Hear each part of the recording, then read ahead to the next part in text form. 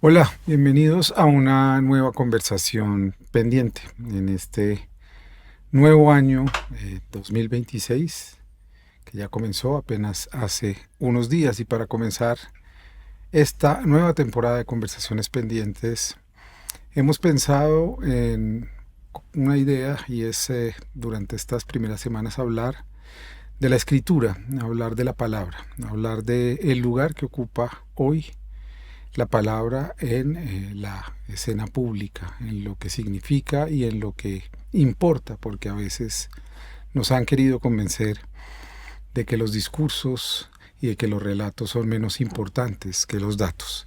Y tengo el gusto hoy de tener a una periodista, a una defensora de derechos humanos, a una mujer que se ha cuestionado su lugar en el oficio y que gracias a esos cuestionamientos ha emprendido la aventura de narrar los abismos de este mundo, los abismos que no solo habitan en el sur global, sino que también están en los centros de poder. Gracias, Patricia Simón, por estar con nosotros aquí en Conversaciones Pendientes. Un placer. Vienes a Colombia a presentar este libro y a estar en una serie de actividades con compañeras y compañeros defensores de derechos humanos, activistas que conoces desde 2007, cuando por primera vez viniste a este país. Yo quiero comenzar la conversación contigo preguntándote qué es eso, qué es lo que te estás preguntando con esa premisa de narrar el abismo, qué es lo que le estás queriendo decir al periodismo que está en un profundo cambio, no de hoy, desde hace 15 o 20 años por lo menos, y cuál es la premisa y qué significa esa premisa de narrar el abismo. Pues por una parte es una reivindicación de la importancia no solamente de seguir informando sobre esos abismos, sino de seguir informándonos en un momento en el que la ciudadanía cada vez más evita informarse, apaga la radio, la tele, cuando empieza un informativo, y el análisis más reduccionista y habitual que se ha hecho es que crece la indiferencia, y yo discrepo. Creo que cada vez más personas evitan la información periodística porque se sienten desbordadas, impotentes, empequeñecidas, entristecidas ante ese caudal enorme, ¿no?, de noticias catastróficas, complejas y dolorosas. Y creo que además eso es buscado, es intencionado para que nos vayamos desapegando de los otros, encerrándonos en nuestras propias preocupaciones y volviéndonos más individualistas a través de los algoritmos de las redes sociales, pero también de cómo se ha roto el puente entre la ciudadanía que se informa y la acción política, la posibilidad de la participación política, ¿no? Y si el periodismo tenía sentido, y por eso lo reivindicábamos, era como cuarto pilar de las democracias, era porque nos daba el conocimiento para actuar en consecuencia y de manera responsable. Cuando no tenemos esas vías de participación o pensamos que no las tenemos, tiene sentido que dejemos de informarnos. Entonces, narrar el abismo es una explicación a la ciudadanía de por qué en todos esos contextos que efectivamente no solamente están en el sur global, sino también en los centros de poder, quienes sufren esas violencias y esas desigualdades siguen contándolo. Y explico que no nos lo cuentan a nosotras o a nosotros como periodistas porque estemos ahí, porque seamos periodistas, sino porque somos el puente de transmisión hacia esa ciudadanía comprometida, consciente, ética, que sigue escuchándole, ¿no? Y en ese pacto ético que hay entre una ciudadanía que se sigue interesando por quienes sufren los abismos, pues creo que también protegemos nuestra propia humanidad. Probablemente tus padres, la generación de tus padres, vio una transición en la manera también de asumir la información pública como una posibilidad de fortalecer la democracia, de atender las demandas ciudadanas, de estar del lado de las personas. Y yo de alguna manera hice parte también de esa generación joven que empezó a hacer periodismo a finales de los años 90, cuando ya se empezó a instalar una crisis producida por el dominio de los medios de comunicación por parte de capitales, por parte de corporaciones, que le dieron un giro muy brutal a lo que tú ya ibas a padecer como una joven adulta, me imagino que después de haber estudiado y querer hacerte periodista. ¿Cuál es tu sensación de cuando eras una joven y cómo percibiste ese cambio en la manera de ejercer el periodismo que ha sido dramática para este siglo y para el momento que estamos viviendo, aunque entiendo y estoy contigo en que hay un optimismo en este momento, se está produciendo buena información, pero evidentemente está mucho más fragmentada y se concibe más a través de nichos y de eso que llaman hoy la guerra cognitiva. Pues a mí me tocó justo esa transición. Empecé trabajando en la televisión mientras estudiaba la carrera. Y ya se veía, ¿no? Como además era un medio público, tenía mucha calidad, pero ya se veía la crisis también de valores a la que había llevado la entrada de esos fondos de inversión y esos capitales que no les interesaba desde luego la información. Y una vez que me puse ya a ejercer, después de licenciarme, eran los años previos a la crisis financiera de 2008 en Europa y especialmente en España como país nuevo rico, ¿no? Así se percibía a sí mismo. Era casi imposible publicar en los medios tradicionales historias sobre violaciones de derechos humanos, sobre cuestiones sociales y como ya éramos la generación en la que también nos proyectábamos en los medios digitales que estaban surgiendo, pues ahí lo que decidimos un grupo de periodistas jóvenes fue crear un medio de comunicación que se llamó Periodismo Humano y que surge justamente en 2009-2010. ¿No? En un momento en el que todavía no son tan evidentes las consecuencias de esa crisis, pero donde todavía los medios de comunicación nos decían a los periodistas que esos temas no interesaban, que no los publicaban porque no interesaban. Y cuando empezamos a producirlos, demostramos que sí interesaban. De hecho, había una base social que estaba sedienta de esa información. Y además eso nos permitió que una vez que empieza el 15M, la crisis de los desahucios, que se desahuciaron a decenas de miles de personas entre 2011 y 2014, ya estuviésemos ahí contando esas cuestiones porque eran los temas que nos interesaban. Claro, después de eso vinieron muchos otros medios, porque éramos periodistas, no éramos gestores ni gestoras, y éramos un desastre en la parte económica. Pero sí que creo que generamos entre no solamente Periodismo Humano, sino otros que surgieron alrededor y en muchos otros países, la escuela del made yourself dentro del periodismo, de si los grandes medios nos interesan por estas cuestiones, lo vamos a hacer nosotras, de restablecer la confianza entre la ciudadanía y los medios de comunicación pequeñitos, de realmente se puede hacer buen periodismo con no tanto recurso. Y por último también arrastramos a los medios más grandes a tener que volver a interesarse por esas cuestiones porque el distanciamiento era tan enorme que tardaron mucho en entender qué significó el 15M, qué significaba la crisis, los desahucios, ¿no? Y qué estaba pasando con esa crisis de la democracia en realidad. Eso va a tener un ataque muy fuerte a los periodistas que toman una agencia de alguna manera política, porque yo creo que el periodismo es político, el periodismo tiene una mirada ética, personal, no es verdad aquello que nos vendieron de que era un mundo de objetividad, que nada estaba gobernado por agencias y por miradas personales o políticas, y esa consecuencia va a ser que a los periodistas que asumimos un lugar ideológico en un sentido amplio, nos van a empezar a llamar activistas. Obvio. Nos van a empezar a rotular como sesgados. ¿Cuál es tu mirada y qué costos tuvo para el oficio que empezaron a hacer miles de jóvenes en España al enunciarse desde ese lugar de defensa y de ponerse del lado de la gente, de los seres humanos?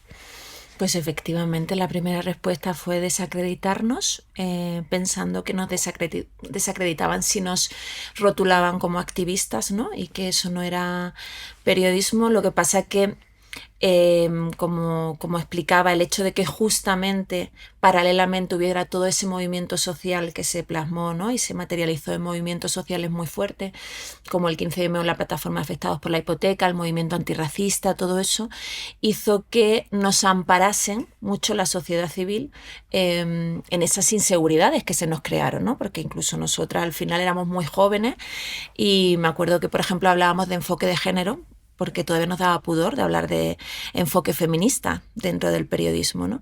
Y creo que de todas formas sí que el hecho de que nos rodeásemos de tantos defensores y defensoras de derechos humanos, que tuviésemos también una formación ética muy fuerte y que hubiésemos elegido ser periodista para hacer exactamente eso, nos blindó mucho y nos reforzó a la hora de asumir esas críticas y decir, bueno, realmente lo que estáis vosotros postulando como periodismo neutral, que es absolutamente inexistente, es el status quo, ¿no? Es la defensa de los intereses de una minoría, es la forma de hacer tradicional que ha respondido a que los intereses de esa minoría no se viesen cuestionados y que además ese periodismo reproducía formas de cuando solamente unos poquitos podían acceder a los medios de comunicación y convertirse en periodistas, ¿no? Y esa democratización del acceso al ejercicio del periodismo hizo que también nos sintiéramos muy orgullosas de dónde veníamos y de que nadie nos esperase ahí, como un libro que recomiendo mucho que se acaba de publicar de Noelia Ramírez que se titula así, ¿no? Nadie me esperaba aquí. Pues ese desclasamiento que vivimos muchas y muchos, lo hicimos al contrario que a veces se había hecho, que era asumiendo, ¿no?, las formas y los protocolos de esa élite que accedía a los medios, todo lo contrario, sintiéndonos muy orgullosas de venir de la clase obrera y de repente estar en sitios donde podíamos influir en la forma de ver el mundo. Y yo creo que además muy pronto asumimos que ese enfoque de los derechos humanos era la metodología más rigurosa para analizar la sociedad, ¿no? Y que nos permitía identificar muy bien quiénes eran los victimarios, quiénes eran las víctimas y cuáles eran los delitos en términos de derecho internacional. Y yo creo que eso nos fortaleció mucho para decir, estamos hablando en un lenguaje el más universal que se ha desarrollado. Entonces, bueno, nos sentimos vanguardia. Y yo creo que ahora podemos decir lo que ya no tenemos 20 años, a lo mejor nos daba pudor. Pero de todas maneras, eso les plantea una paradoja y te la he oído en algunas entrevistas que revisé para tener esta conversación. Y la paradoja es evidentemente que ser independiente dentro de esa corriente hegemónica en España es una cosa, pero ser independiente y venir de España al sur global quiere decir también pensar esa mirada colonial que existe estructuralmente en ustedes como parte de un país de alguna manera que ejerció el colonialismo durante mucho tiempo. ¿Cuál es esa reflexión que tú misma tuviste que hacer para empezar también a descolonizar el pensamiento y cómo es que empiezas a viajar al sur global y a hacerte unas preguntas distintas desde otros lugares que permitan, si se quiere, que ese discurso, tal como lo defiendes, realmente sea amplio, justo, democrático y que reconozca las voces de aquellos que no tienen voz pública? Uh-huh. Pues empecé a viajar al sur global precisamente cuando decidí que iba a estudiar relaciones internacionales en lugar de hacer un Erasmus, una beca internacional de periodismo, porque yo ya estaba trabajando como periodista en un espacio de calidad y de reflexión y aún así no me sentía satisfecha, entonces me tomé esa oportunidad para reflexionar sobre esa forma de ejercer tradicionalmente el periodismo y ahí tuve la oportunidad de viajar a Brasil a un proyecto que en ese momento luchaba contra el trabajo esclavo, que era algo que no se había reconocido hasta la llegada de Lula da Silva al gobierno, y que eran chicos y chicas activistas, adolescentes, que a través del arte explicaban lo que significaba trabajo esclavo y luego se fueron convirtiendo en abogadas, en trabajadoras sociales y demás que acompañaban los procesos de recuperación psicosocial, ¿no?, de esos trabajadores rescatados por la Fiscalía del gobierno. Y ahí uno descubrí la potencia de la defensa de los derechos humanos, la capacidad de transformación, la injusticia de que no nos hubiesen enseñado, ¿no?, desde el sistema educativo que eso existía y se hacía, el cómo se trababan relaciones personales para hacer fuerte el proyecto de transformación, algo que en Europa creo que aún no se ha entendido, ¿no?, que si solamente se piensa desde las causas y lo intelectual y no se crean lazos personales, pues al final los proyectos se deshacen porque son luchas muy largas.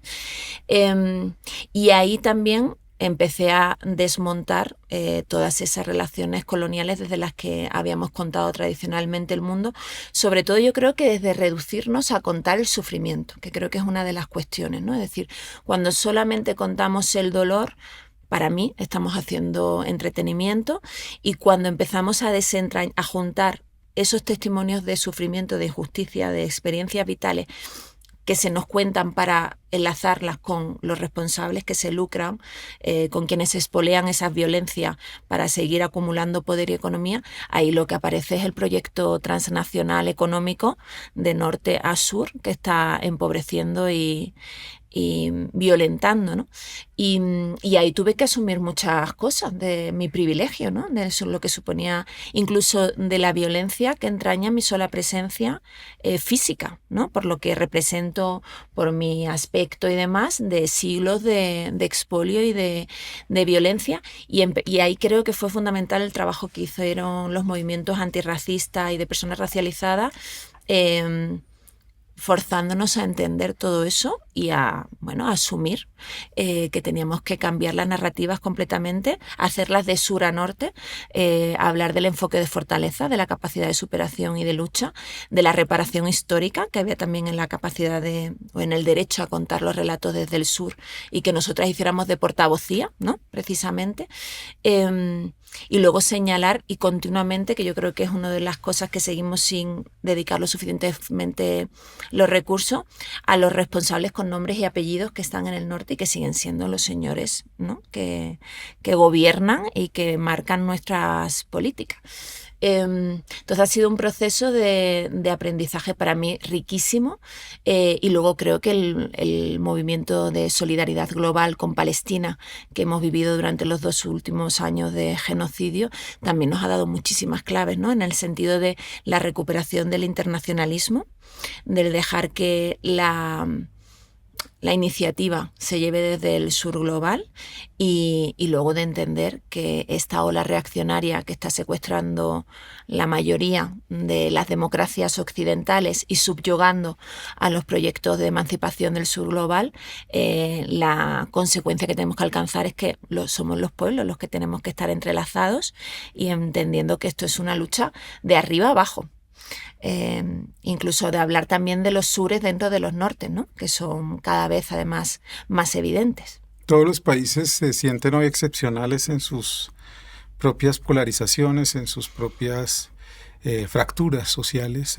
Colombia cree que es el país más polarizado del mundo, España cree lo mismo, y así sucesivamente, y evidentemente estamos viviendo una crisis global compleja, que como la llaman algunos ya es una guerra cognitiva por el relato.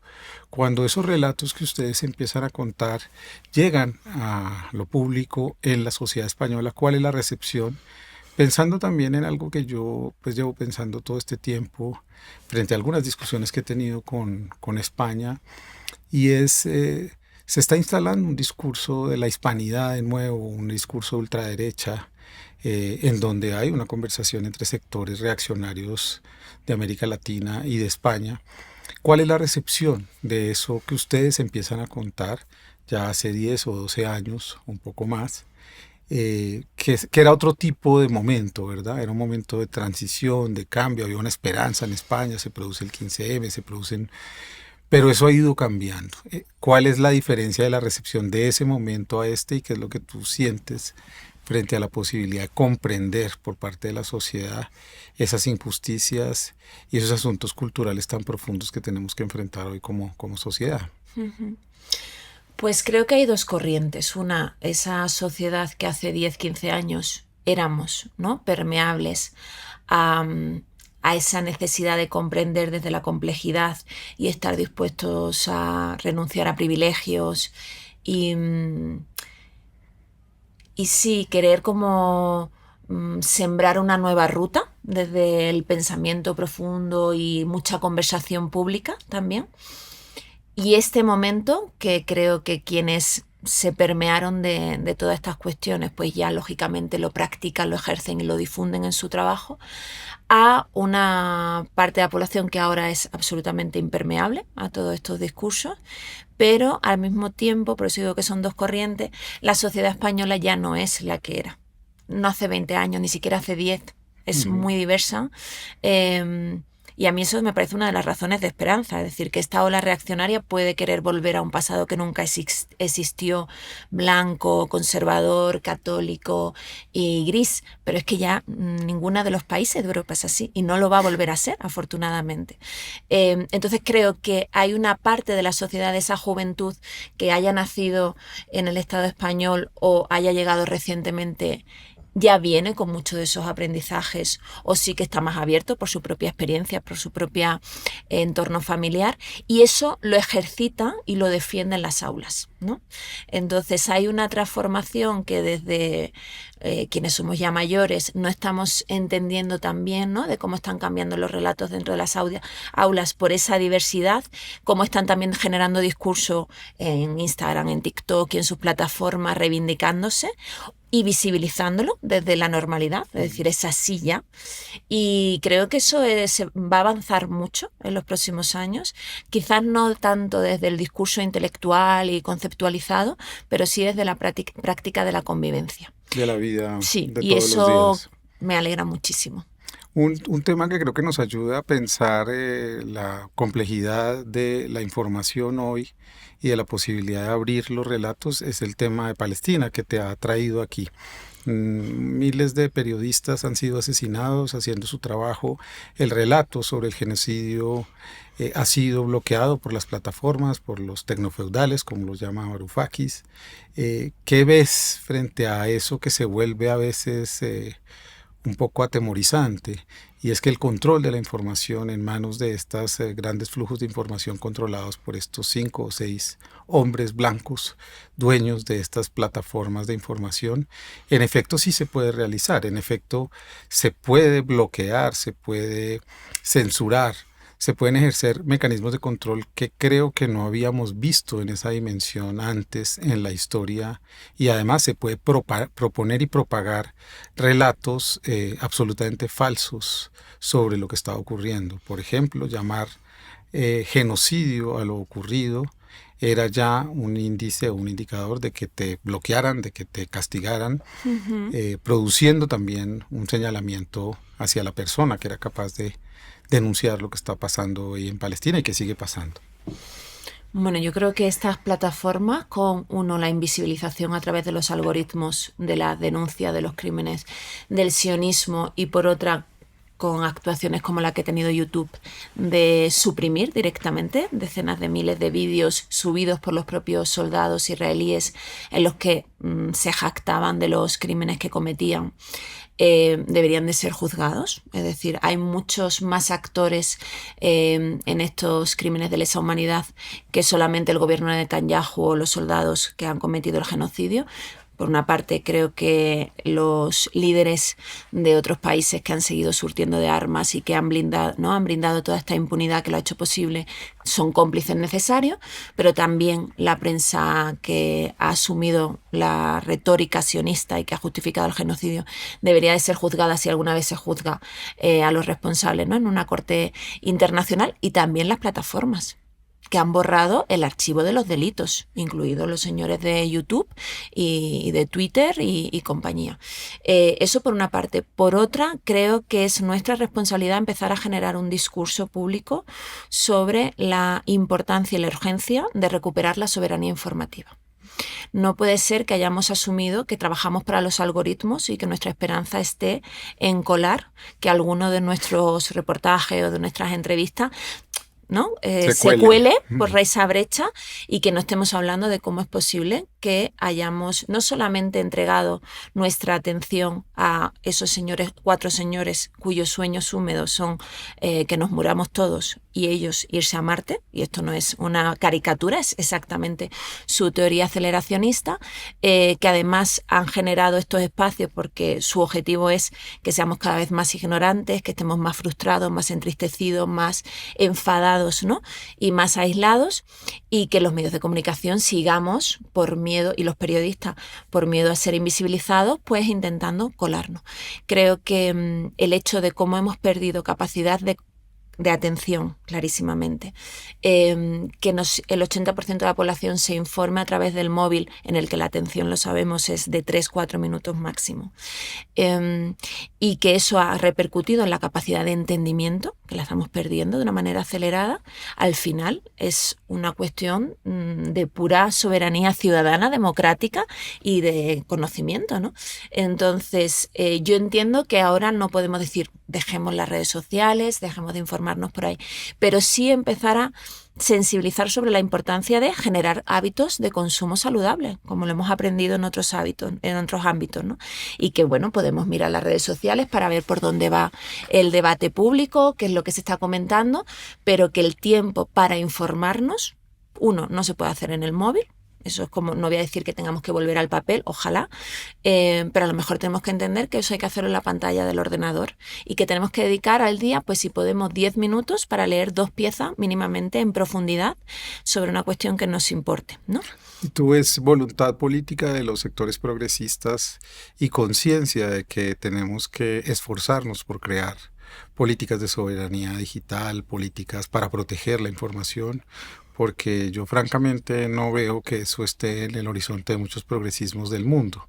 Hay una especie de suposición o de derrota, me parece a mí, y de concesión de que es inevitable lo que estamos viviendo y de que no hay cómo imaginar una línea de fuga para crear una vez más una esfera pública que obviamente será pequeña en principio, pero que tiene que ir creciendo con una deontología y con unos valores que en el fondo tratan es de defender un mundo que todavía es posible, creo yo.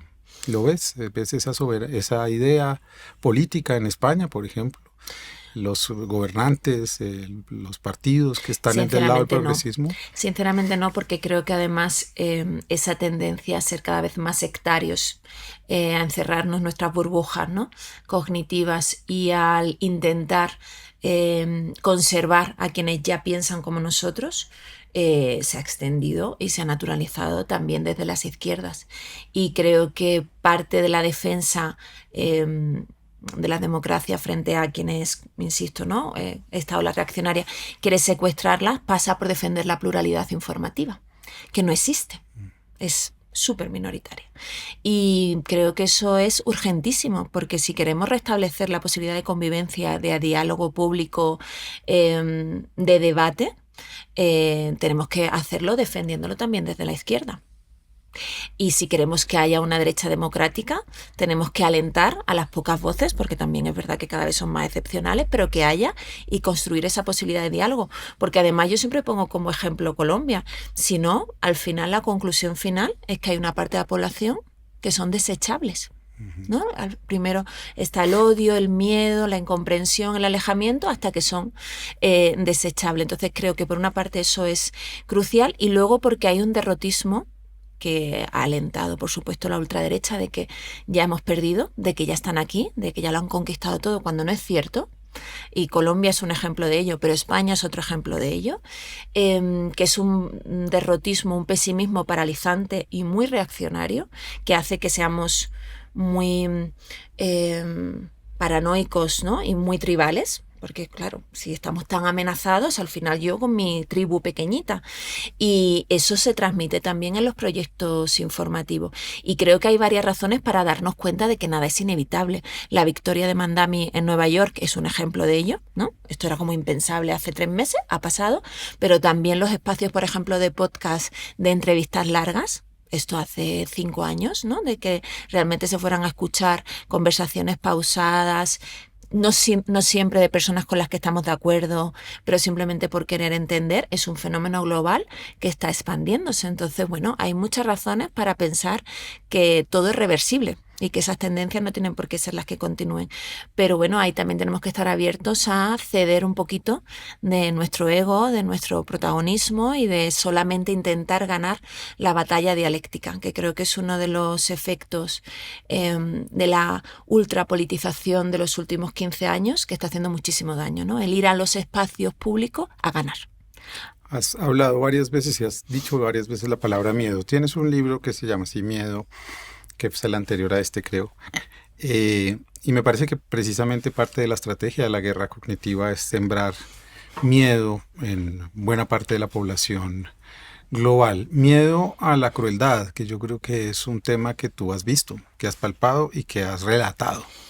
¿Cómo relatar la crueldad para que no produzca miedo, sino de alguna u otra manera nos conmueva y nos haga conscientes de que algo así, cruzar esos límites, es en el fondo permitir que nos entregamos a estos seres ya absolutamente psicopáticos que gobiernan muchos países del mundo, entre ellos la principal potencia del mundo. Uh-huh. Pues yo creo que tenemos que contar la crueldad desde los mecanismos que hacen posible la crueldad, desde los procesos que hacen que personas aparentemente, no voy a decir normales porque no me gusta el concepto, pero bueno, comunes, terminen llevando a cabo acciones absolutamente atroces e impensables, ¿no?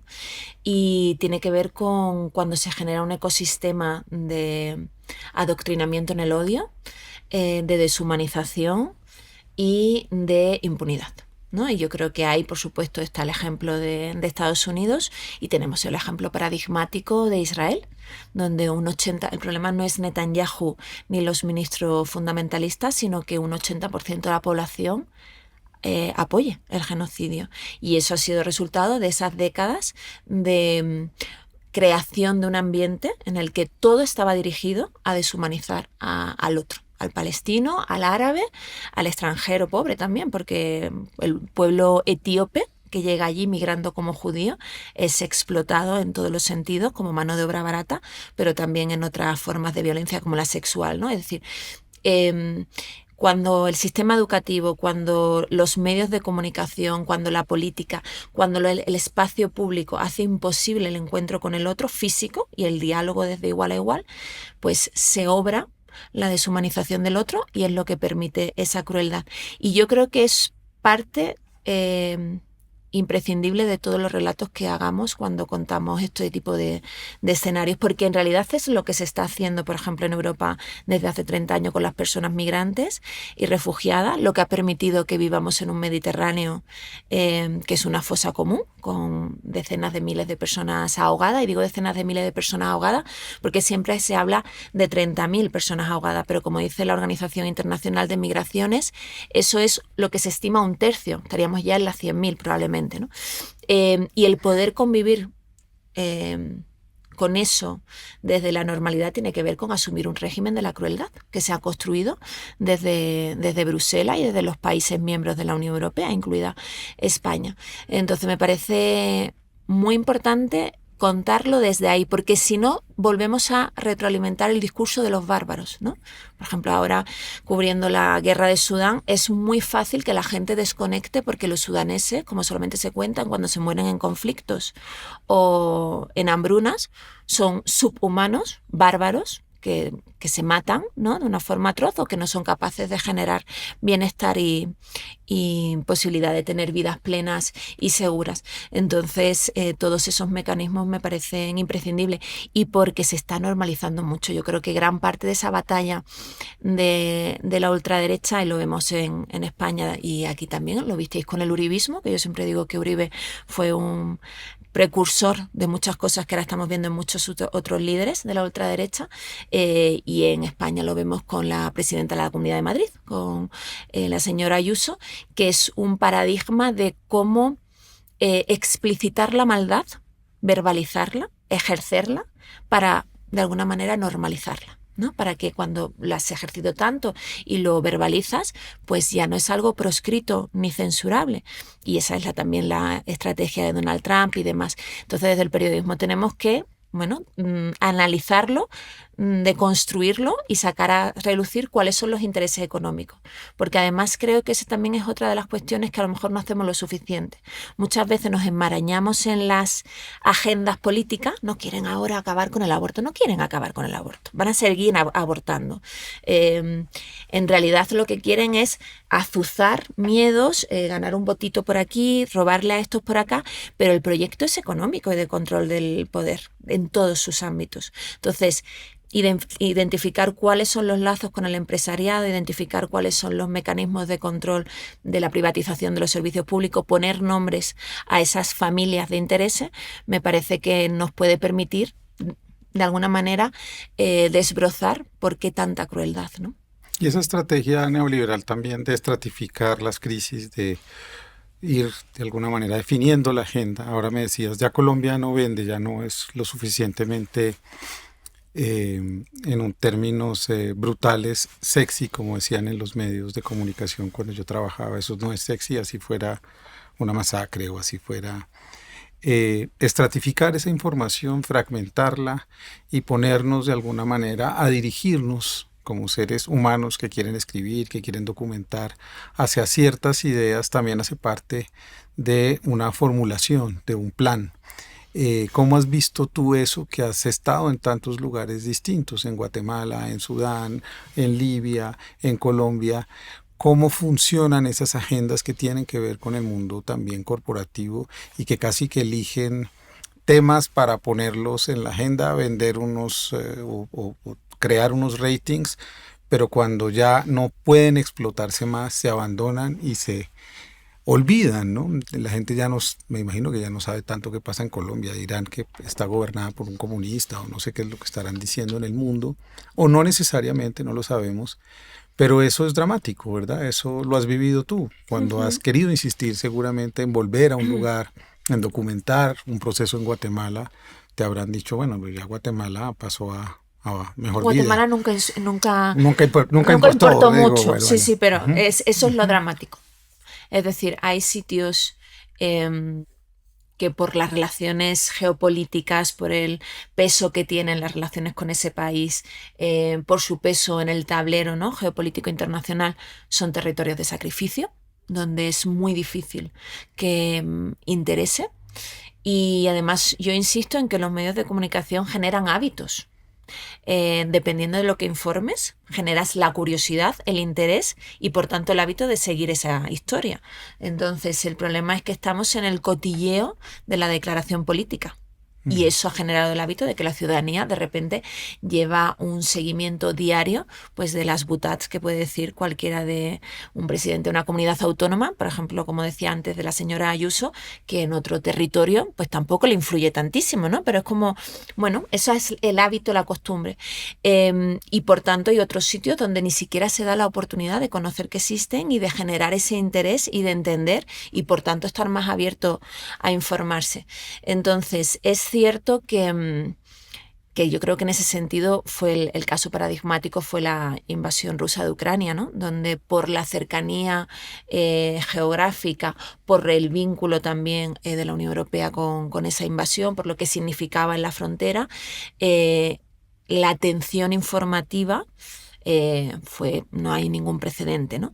Pero es que además reveló muchas de las fallas del doble rasero que cuando intentábamos denunciarlo con respecto a otros contextos nos decían que éramos, ¿no?, unos radicales o unos utópicos. Quiero decir, cuando empieza la invasión rusa de Ucrania y en Europa se aprueba rápidamente un protocolo express de acogida a las personas refugiadas, esto era lo que llevábamos reclamando, pues, ¿no?, desde hace muchísimos años. Y eso era imposible, eso era abrir las fronteras, eso era una aluvión, una ola, tal. Se hizo, no pasó nada, porque eran blancos, porque eran rubios, porque eran, ¿no?, de tradición cristiana, porque eran europeos y demás.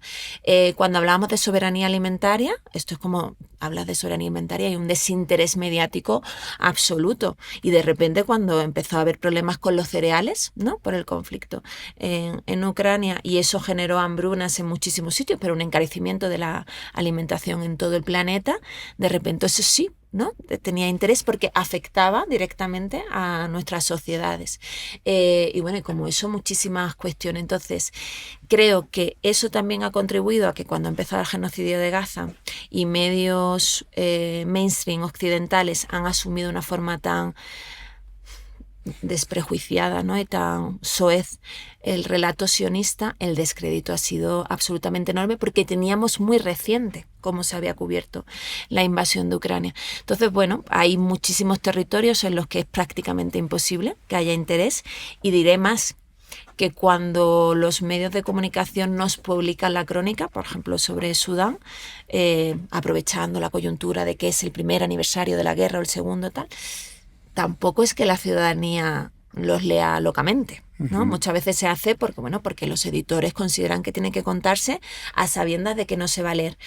pero yo creo que tiene muchísimo que ver con lo que decía al principio, con cómo generamos el hábito, uno, de consumir información internacional. En España es muy minoritario porque venimos de una dictadura que eso sigue lastrando, ¿no?, tanto la cultura internacional informativa como el conocimiento, pero también porque son como champiñones, de repente aparece un día, Sudán desaparece durante un año, Guatemala, si hay algún juicio importante, ¿no?, todavía sobre los responsables de la guerra, a lo mejor alguna corresponsal o un corresponsal consigue que se publique algo, vuelve a desaparecer, y así es imposible entender Construir el mundo. Cualquier relato. Sí, claro, no es imposible porque no hay una continuidad, no hay una comprensión de los procesos, de los intereses y de las interrelaciones que en una sociedad globalizada son omnipresentes. Sin embargo, yo creo que hay signos, como lo dices tú, no solo en los formatos alternativos o en la gente que está queriendo desde hace muchos años recuperar una verdadera deontología, insisto en la palabra del oficio,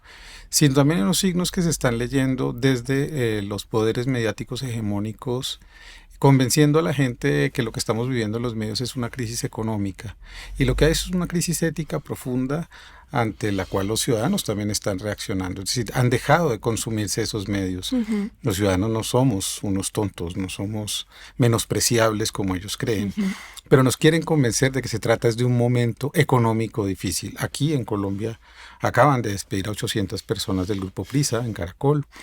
Y los medios siguen hablando en las mañanas de que no hay ninguna crisis, de que simplemente se trata de un momento económico difícil. Esa estrategia es la misma en Europa, está funcionando de la misma manera en Europa, está produciéndose esa suerte de caída lenta, pero en todo caso caída, de esos medios que fueron comprados por corporaciones, habiendo sido parte de proyectos interesantes, de familiares en unos casos, en otros casos de grupos sociales que, como en España misma en la transición, crearon unos medios para contestar a esas hegemonías fascistas y nacionalistas después de Franco. ¿Cómo ves tú el asunto de esa suerte de momento también de cambio radical en el consumo de medios de comunicación y en la desaparición seguramente de muchos? Uh-huh. Bueno, hay de todo. Hay medios de comunicación como el diario.es, que ha conseguido realmente, ¿no?, una masa de asociados y asociadas potente, y que viene de esa estela de recuperación por parte de los periodistas, ¿no?, de los medios de comunicación. Está el ejemplo del País, que es muy diferente también al Grupo Prisa, como actúa en Colombia, que recupera una senda más progresista de la información y que ha ganado muchos lectores y lectoras, sobre todo cuando estaba bajo la dirección de Pepa Bueno, y luego hay muchísimos otros medios, estoy hablando de la prensa escrita, que la fuga de lectores y lectoras ante su pérdida absoluta de credibilidad, ¿no?, y de haberse puesto al servicio de ese proyecto de ultraderechización política, pues solamente le sostiene que sus deudas con los bancos nunca son reclamadas, es decir, que van creciendo y que son los únicos que no tienen que pagar, ¿no? Luego nos encontramos, por otra parte, la pérdida de televidentes en las televisiones privadas, que eso es un fenómeno interesante, ¿no?, porque mucha gente pues prefiere las plataformas y demás, y lo que se mantiene y lo que se perpetúa son esos espacios de generación de discurso fascista que lleva quebrando nuestras sociedades desde hace décadas, ¿no?, y que no tienen tanta audiencia como en otros momentos, pero que son moduladores de la opinión pública muy importantes todavía. Y luego tenemos un fenómeno interesante, que es como recuperar un poco la televisión pública española, dando espacio a esa pluralidad que no existía y creando también formatos que buscan desde dignidad en los contenidos, pues audiencia más amplia, ¿no? Y eso, bueno, me parece que es digno de estudio, aunque yo critico que se ha dado demasiado espacio a las tertulias, ¿no? Y creo que al final el subtexto que desprende esa decisión vuelve a ser la de siempre, y es que las opiniones valen más que los hechos, ¿no? Es que además es una de las técnicas de la ultraderecha, es darle mucho peso a la opinión, todas las opiniones son respetables y es lo mismo, tiene el mismo valor que los hechos. Bueno, pues como se ha generado ese hábito de consumo de tertulia, de que se puede hablar de una cosa o de otra, a lo mejor una persona puede saber muchísimo de economía en Portugal, pero no tiene que saber sobre la política de Irán, ¿no? Pues son formatos que suelen tener audiencia. Y se está apostando mucho por eso y yo creo que es un error. Pero claramente hay una huida, un éxodo de la ciudadanía, de los medios de comunicación, con razón, ¿no? Y están buscando espacios de calidad. Lo cual me lleva, cuando hablas de calidad, a preguntarte por algo que enunciabas al principio de la conversación, y es el aprendizaje de las personas que hacemos periodismo de prácticas sociales como los derechos humanos. Los derechos humanos no como una especie de abstracción de comportamientos, sino de que ahí hay unas formas de acercarse al otro, una conciencia desde dónde se está narrando, una conciencia de algo que has dicho que me parece interesante, y es que hay que situar una y otra vez la información, porque uno no puede decir estoy en Colombia como si toda Colombia fuera lo mismo. Uno tiene que ser lo suficientemente ético y preciso para decir esto está ocurriendo en este lugar, en esta comunidad, y este no es todo el país. ¿Cuáles son esas prácticas que tú has aprendido en tu vida para aprender a hablar con otros y a partir de esa información y usando también otro tipo de fuentes documentales, construir una información que aspire a ser equilibrada, aunque eso evidentemente pues sea una utopía no realizable en la medida en que todos tenemos sesgos cognitivos evidentes, y eso es imposible no tenerlos desde el principio de la humanidad? Bueno, yo creo que una de las claves las ha apuntado, ¿no? Esto de decir estoy en Colombia o estoy en Ucrania o estoy en Sudán, ¿no? En España, y dar por sentado de que eso que se cuenta desde ese rinconcito, que es lo que ves en ese rinconcito, es extrapolable a toda a ese contexto y a ese país. Pero creo que uno es fundamental romper con la brecha que se ha normalizada dentro del periodismo, que es por una parte el reporterismo, ¿no? De quienes vamos al terreno y hacemos de testigo, ¿no? Y recogemos los testimonios y las pruebas documentales, y quienes hacen periodismo de investigación. Yo creo que ese binomio tiene que romperse y no hay reporterismo sin periodismo de investigación, y todo eso tiene que confluir para que las piezas realmente arrojen luz, ¿no? Y no sean solo pues una estampa, ¿no? Y muchas veces costumbrista. Luego me parece muy importante que las personas que nos cuentan lo que han vivido no sean solamente entrevistadas como seres sufrientes, ¿no? Y que luego venga el experto o la experta a hacer el análisis político de lo que significa esa experiencia, sino que lo que le preguntemos también es su análisis de esa realidad y de cuáles son las causas, ¿no? Y el contexto en el que se da esa vivencia, porque son quienes mejor lo conocen en la mayoría de las ocasiones, y porque lo otro me parece absolutamente extractivista, ¿no? Y además suele ser el blanco, ¿no? De que está en la ONG, en el que luego te hace el contexto. Y luego para mí una parte que tiene que ver con el compromiso ético, y es somos conscientes de que la información cada vez cambia menos una realidad, o que no cambia nada, ¿no? Que el valor supremo que tiene es el que siga existiendo esa realidad al difundirla, ¿no? Y que eso para los supervivientes y las supervivientes, en muchos casos donde solamente hay impunidad, es lo más parecido que van a vivir a un proceso de justicia, verdad y reparación, la escucha y la difusión de ese delito. Entonces, teniendo en cuenta todo eso, me parece muy importante que sea esa persona la que decida qué es lo que sí o sí tiene que salir en esa información. O sea, no me puedes dar una entrevista y lo que para ti sea lo más necesario y el motor que te ha hecho contarlo, que luego no aparezca en el relato. Me parece un acto de justicia que eso tiene que aparecer. Sobre todo porque no sabemos qué incidencia o qué capacidad de transformación en los destinatarios de la información va a tener ese reportaje o esa crónica, pero sí sabemos que puede hacer mucho daño a la persona que lo protagoniza, ¿no?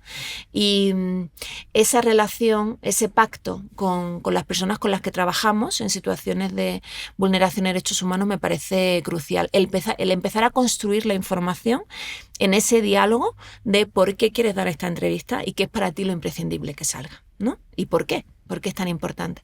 Entonces, desde ahí podemos empezar a construir otras formas de narrar, que tiene que ver con entender que el periodismo es un trabajo comunitario.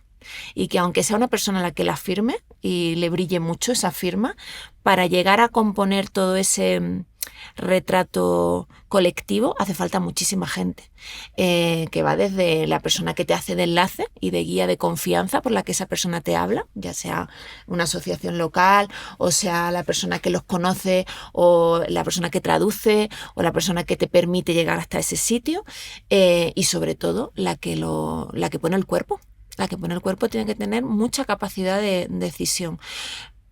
Y si alguien acusa eso de falta de profesionalidad o falta de neutralidad, en realidad lo que está intentando es que su criterio, que su visión se imponga a la del resto. Y quizás lo que hay que hacer también es romper ese espíritu de cuerpo del periodismo, ¿no? De que somos una especie de ejército de gente que está por fuera, que tiene la potestad de la palabra, de decir sobre otros, y nos defienden unas formas y unas ideas que hemos aprendido y que podemos usar mejor que los demás.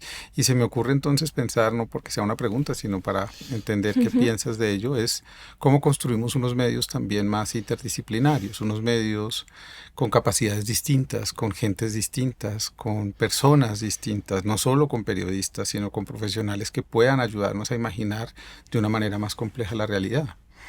Pues ese es mi sueño. Me encantaría trabajar en ese tipo de equipos porque además creo que en sociedades tan complejas y que necesitan, además de que la información recoja esa complejidad desde diferentes disciplinas, necesitamos crear, no sé si medios, pero organizaciones que sean multidisciplinares y que trabajemos conjuntamente desde gente de la abogacía a gente de la psicología social, de la antropología, ingeniero, ingeniera. Yo creo que hay un proyecto que se asemeja a esto que estoy diciendo, que es Forensic Architecture, Sí. que están equipos de ingeniería, periodistas, documentalistas, gente de derechos humanos, de abogacía, que hacen esta identificación, ¿no?, de lugares donde ha habido crímenes graves, para, a través de diferentes técnicas, demostrar quiénes lo han cometido, pero luego en la difusión y en el trabajo con los supervivientes y con los testigos hay unos equipos que generan contenido que van desde instalaciones multimedia, ¿no?, que son mucho más experimentales, a creaciones de recreación en 3D para los medios de comunicación, que se entienda mucho mejor lo que ha ocurrido, a relatos que se pueden hacer a través de documentales, ¿no?, y muchas otras formas. Y creo que en realidad el periodismo sigue siendo muy del siglo XX, cuando estamos ya en el siglo XXI y podemos hacer cosas mucho más ricas y con más capacidad de atravesar a la ciudadanía. Por eso en el libro también hay una reivindicación de, bueno, el periodismo también atraviesa y nos puede transformar cuando nos acercamos a él, a lo mejor con la actitud con la que vamos al teatro o a ver una película en el cine, o nos acercamos a un poema, que es realmente queriendo vivir la experiencia y que te atraviese y que te aporte, que te cambie, ¿no? Y ahora mismo el acto de informarse es más un picoteo, ¿no?, de mientras hago otras cosas o cuando puedo me leo esto. Y claro, así es muy difícil que pase a formar parte de ti, de alguna manera. Entonces creo que entre todas tenemos que buscar nuevas formas, tanto de contar como de informarnos. Eso es muy potente lo que dices. Si cada pieza o cada cosa que hagamos periodísticamente, por llamarlo de alguna manera, tiene la conciencia de su unicidad, de que se está produciendo en sí mismo algo importante, quizás vamos a recuperar un aura que perdimos, pero también la perdimos por dos ideas finales que quisiera comentar. La primera de ellas, evidentemente, en un mundo globalizado que nos ha costado tanto, se perdió la idea del tiempo, y el periodismo es tiempo, pues viene de ahí la idea. Uh-huh. Producimos o queríamos producir relatos que fueran completando la historia a medida que ella sucedía. La típica frase es que éramos el borrador de la historia, pero eso se perdió por completo, se perdió el tiempo. ¿Has pensado en esa idea? ¿Has pensado en cómo volver a dotar de temporalidad eso que hacemos? ¿Lo practicas en tu oficio? ¿Eres consciente de que si no recuperamos esa idea de temporalidad vamos a estar produciendo en el vacío cosas y cosas que van llenando esta blogosfera, esta esfera digital, y que van a quedar como estelas, como luces abismales, mejor dicho? Uh-huh. ¿Has pensado esa idea del tiempo? Sí, y de hecho yo leí muy tarde Momo, y de repente pensé, pero ¿por qué no he leído esto en la adolescencia? Me hubiese dado tantísimas claves para no vivir con esta ansiedad. Creo que es una de las luchas que tenemos que dar en todos los sentidos, la recuperación del tiempo, de la conciencia del tiempo y de ser tacaños con nuestro tiempo, ¿no? Esto que decía Mujica, al final estamos pagando con nuestro tiempo de vida, ¿no? Y por eso, y eso está muy relacionado con lo que hablábamos antes de recuperar la soberanía informativa, es también recuperar el control sobre el tiempo, qué hacemos con el tiempo, qué merece la pena el tiempo, ¿no? Y yo me lo planteo siempre que escribo algo. Por una parte es como, esto que estoy haciendo, uno, merece mi tiempo, y luego estoy siendo respetuosa con la persona que va a dedicar su tiempo a leer esto o a escuchar en la radio lo que esté haciendo, porque el tiempo es finito, es valiosísimo y se nos escurre entre los dedos. Y por eso cada vez más me enfoco en el formato libro, porque es cierto que la actitud de la persona que se acerca a un libro, así podría ser un reportaje largo, pero no es lo mismo la actitud con la que nos acercamos todavía al acto de leer un libro o de ver una película o incluso de ver un documental, ¿no? Hay formatos que siguen siendo más preciados, más apreciados por la ciudadanía, por nosotras mismas. Y creo que la parte digital, ¿no? Y que yo hago reportajes muy largos para medios que siguen publicando reportajes largos como La Marea o como Revista 5W, cuesta mucho que se lean completos. Entonces es que a lo mejor no es el formato digital el que lo permite, ¿no? Y sí, por eso el tiempo atraviesa mi trabajo y atraviesa también mi relación con quienes se acercan a mi trabajo, y por eso creo que cada vez tenemos que hacer o más este tipo de espacios en los que ya por la forma de conversar, por lo que dura, por la actitud, estamos transmitiendo a quienes nos estén viendo y escuchando que tienes que prestar atención. O sea, que si no pierdes el hilo, que es que no es una cosa que te pueda estar ahí, ¿no? Mientras estás trabajando, lo que sea, o formatos como los libros, que a mí me permite establecer otra relación con quien lo lee y que creo que permanece mucho más ese aprendizaje. Quiero terminar con la premisa con la que comenzaste tu planteamiento sobre tu propio destino y el planteamiento que le hicieron a muchos medios y periodistas de tu generación en España, o las personas que te acompañaron y que están a tu lado, tus amigas y tus amigos, y es la idea de lo humano, el periodismo humano. Entonces lo humano me sirve para pensar en una frase que encierra una contradicción y una paradoja muy profunda, porque la pronunció un hombre que admiré mucho, que se llama Richard Kapuscinski, que después fue muy discutido por ejercer su oficio aparentemente diciendo algunas mentiras, como que había estado en los lugares en los que no había estado. Sin embargo, más allá de ese debate, esto es más habitual de lo que se cree. Sigo admirando profundamente la escritura y en todo caso la intención de Kapuscinski. Y él decía algo con lo que yo quisiera terminar, y es una reflexión también sobre nosotros como personas. No queremos hacernos cargo de alguna manera, las contradicciones que encerramos como seres humanos. Y él decía algo que me parece muy potente, y es que los cínicos no sirven para este oficio. Yo creo que este oficio se llenó de cinismo. ¿Qué opinas de eso? Absolutamente. Creo que la crisis, como decías antes, de los medios de comunicación no tiene tanto que ver con lo económico, sino que tiene que ver con la ética, ¿no? Y con la parte humanística. Este es un oficio humano y humanístico, y que además creo que preserva la humanidad de quienes se acercan a él si lo ejercemos correctamente, y quienes nos acercamos a él teniendo como referentes a Galeano, Benedetti y tantas otras y tantas compañeras que lo hacían porque querían contribuir a que sus sociedades fuesen mejores, que fuesen más tiernas, más esponjosas, más justas, más bellas, ¿no? Desde lo ético. Y si no lo hacemos desde ahí, para mí estamos haciendo otra cosa.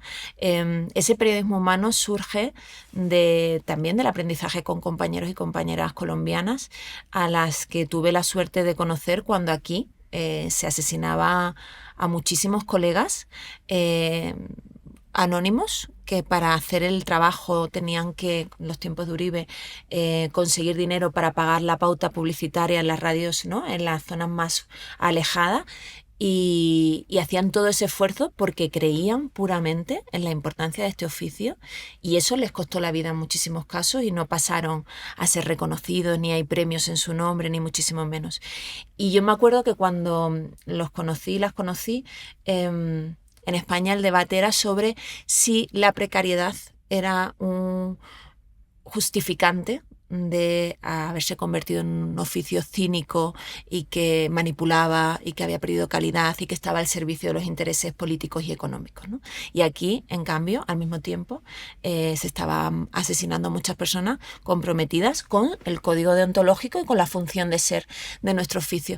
Así que yo creo que eso es fundamental que lo reivindiquemos. Es decir, cuando se traiciona el código deontológico, la función social de nuestro oficio, estamos siendo cómplices de esos que quieren imponer ese régimen de la crueldad, esos autoritarismos y esa violencia. Y por tanto tendríamos que ser también juzgados por ello. No hay excusa. Se puede vivir de muchas cosas, no tenemos por qué vivir del periodismo. Y si vivimos del periodismo es para hacer periodismo. No ni propaganda, ni maquinaria de odio, ni campañas de comunicación para esa minoría que tiene todavía el control del mundo. Pues Patricia, gracias por estar aquí en Conversaciones Pendientes y por estar presente en Colombia durante mucho tiempo, ya casi 20 años. Esperamos que sigas viniendo y teniendo la suficiente atención sobre lo que vamos experimentando como sociedad. Muchísimas gracias y espero volver. Y a ustedes gracias por esta nueva conversación pendiente. Creo que para poder narrar el abismo también hay que comprender que todos tenemos abismos personales y hay que escucharlos y prestarles atención. Dejar de ser absolutos, porque acuérdense que aquí pensamos que no queremos tener la razón, pero sí llenarnos de razones. Nos vemos en la próxima conversación pendiente.